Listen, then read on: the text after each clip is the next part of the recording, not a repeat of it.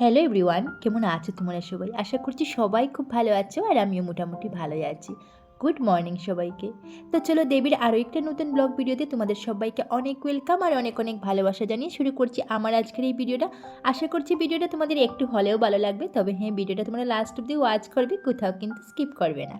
তো আজ অ্যাকচুয়ালি গিয়েছিলাম আমি আমার বাবার বাসাতে। আর জানো তো, বাবার বাসার পুকুরে কিন্তু মাছ ধরা হয়েছিল। আর আমাদের ওই পুকুরটায় কিন্তু বেশিরভাগই জিওল মাছ পাওয়া যায়।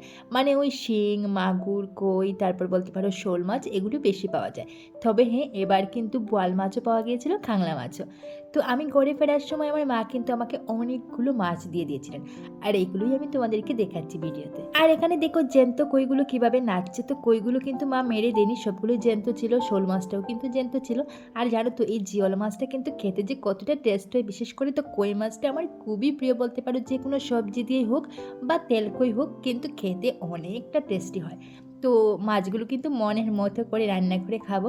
আর এগুলোই তোমাদেরকে দেখাচ্ছিলাম, অনেকগুলো মাছ আছে কিন্তু। তো কিছুটা দেখতে পাচ্ছ এখানে গামলার মধ্যে আছে, কিছুটা ওই একটা বালতির মধ্যে রেখেছি। এটা হচ্ছে শোল মাছ, তো এটাতে জল দিয়ে রাখবো, এখন আর কাটবো না। আর সাইডে দেখো একটা ক্যারি ব্যাগের মধ্যেও কিন্তু আছে মোটামুটি অনেকগুলো মাছ।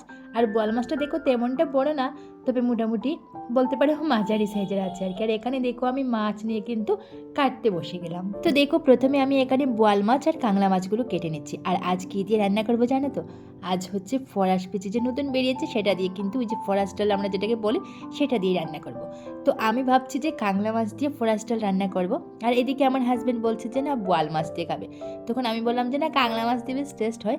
তো ও বলছে যখন বোয়াল মাছ দিয়েছে, সবশেষে ভাবলাম যে বোয়াল মাছও দিয়ে দেবো, কাংলা মাছও দিয়ে দেবো, দুটো মিলিয়ে তারপর রান্না করবো। এখানে যে বড় বড় পিসগুলো দেখতে পাচ্ছ, সেটা হচ্ছে বোয়াল।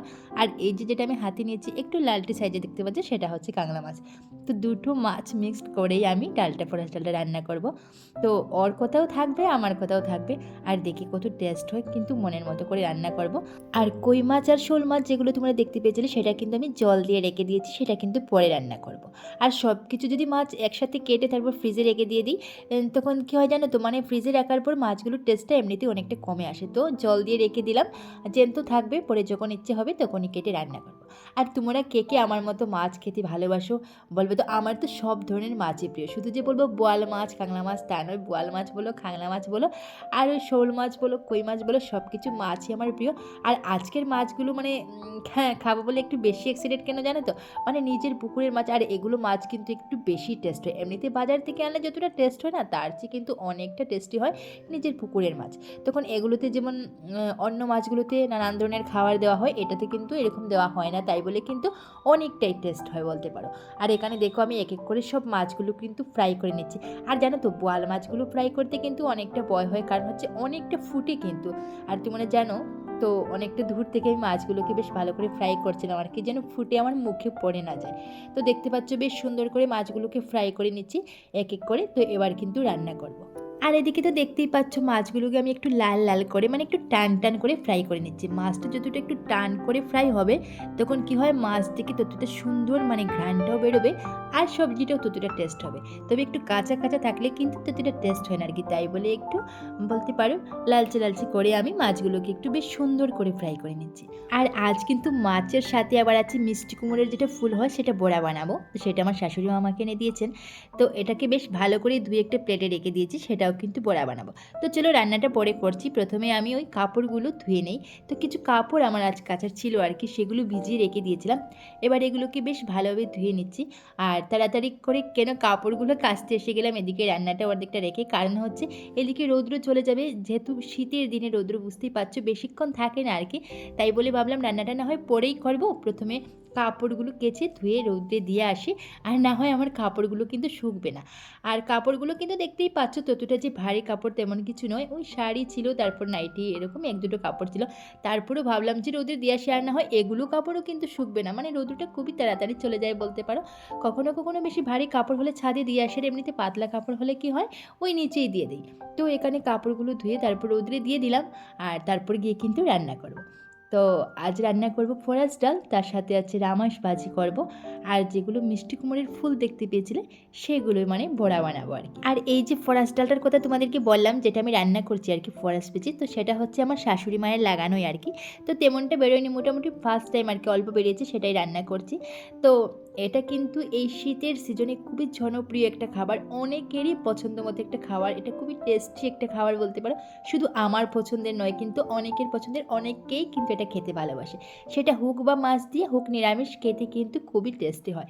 তো তোমরা কে, কে মানে ফরাস ডালটা খেতে ভালোবাসো কমেন্টে জানিও তো। আমার তো মনে হয় 100 এর মধ্যে 90% লোকের কিন্তু এটা খুবই প্রিয় একটা খাবার এই শীতের সিজনে। আর জানো তো এখন যে বাজারে বেরিয়েছে মনে হয় ৩০০ টাকা তার কিলো আছে আর কি। তো আমারটা কিন্তু ওই বাজারের না, এটা আমার শাশুড়ি মা নিজেই লাগিয়েছেন। তো তাই বলে অল্পই বেরিয়েছিল ফার্স্ট টাইম আর কি, তো এটাই রান্না করছি। আর এদিকে দেখো আমি মিষ্টি কুমড়ের ফুলটাও বড়া বসিয়ে দিলাম। তো এই শীতের সিজনে কী বলো তো, অনেক কিছু ভাজা বড়া বা অনেক ধরনের কিছু সবজি মানে খাবার পাওয়া যায়। তবে গরমকালে কিন্তু যেন সবজি খুঁজেই পাওয়া যায় না, এরকম একটা ব্যাপার হয়। আর গরমকালের সবগুলো সবজি কিন্তু আমার বেশ পছন্দের না। যেমন বলো ঝিঙে টিঙে, এগুলো আমার বেশ ভালোই লাগে না। তো এই যে রামাসটা দেখতে পাচ্ছ সেটাও কিন্তু আমার শাশুড়ি মায়ের নিজেরই লাগানো। তো রামাস ভাজি করছিলাম। আর জানো তো অনেক ধরনের কিছু মানে ভাজা পোড়া করার মতো থাকে আর কি, বা সবজি রান্না করা ভেরাইটিস বলতে পারো তোমরা, সবজি পাওয়া যায়। আর সব কিছুই একদম মন পছন্দ মতো খাবার থাকে এই শীতকালে। তো গরম গরম রামাস ভাজি করেছিলাম, তার সাথে মিষ্টি কুমড়োর ফুল বড়া করেছিলাম। আর এদিকে আছে মাছ দিয়ে তারপর ফরাস ডাল। খাবারটা কেমন লাগছে বলো তো, বেশ জমবে কিন্তু আজকের খাবারটা। তো এখানে দেখো আমাদের মোটামুটি খাওয়া রেডি করে নিলাম। আর এদিকে তো দেখতেই পাচ্ছ কী কী রান্না হয়েছে। তো এগুলো দিয়েই আজ আমাদের খাওয়া দাওয়া হবে। আর তোমাদের খাওয়া দাওয়া কী দিয়ে হলো কমেন্টে জানাতে কিন্তু একদমই বলবে না। তো আজকের মতো বন্ধুরা ভিডিওটা এখানেই এন্ড করব। ফিরছি খুব তাড়াতাড়ি আরও একটা নতুন ভিডিওর সাথে। ততক্ষণে তোমরা সবাই খুব ভালো থাকো, সুস্থ থাকো। আর হ্যাঁ, তোমাদের পরিবারের সকলকে নিয়ে ভালো থাকো। আর আমি তো খুব তাড়াতাড়ি ফিরছি আর একটা নতুন ব্লগ ভিডিওর সাথে। তো আজকের মতো সবাইকে টাটা।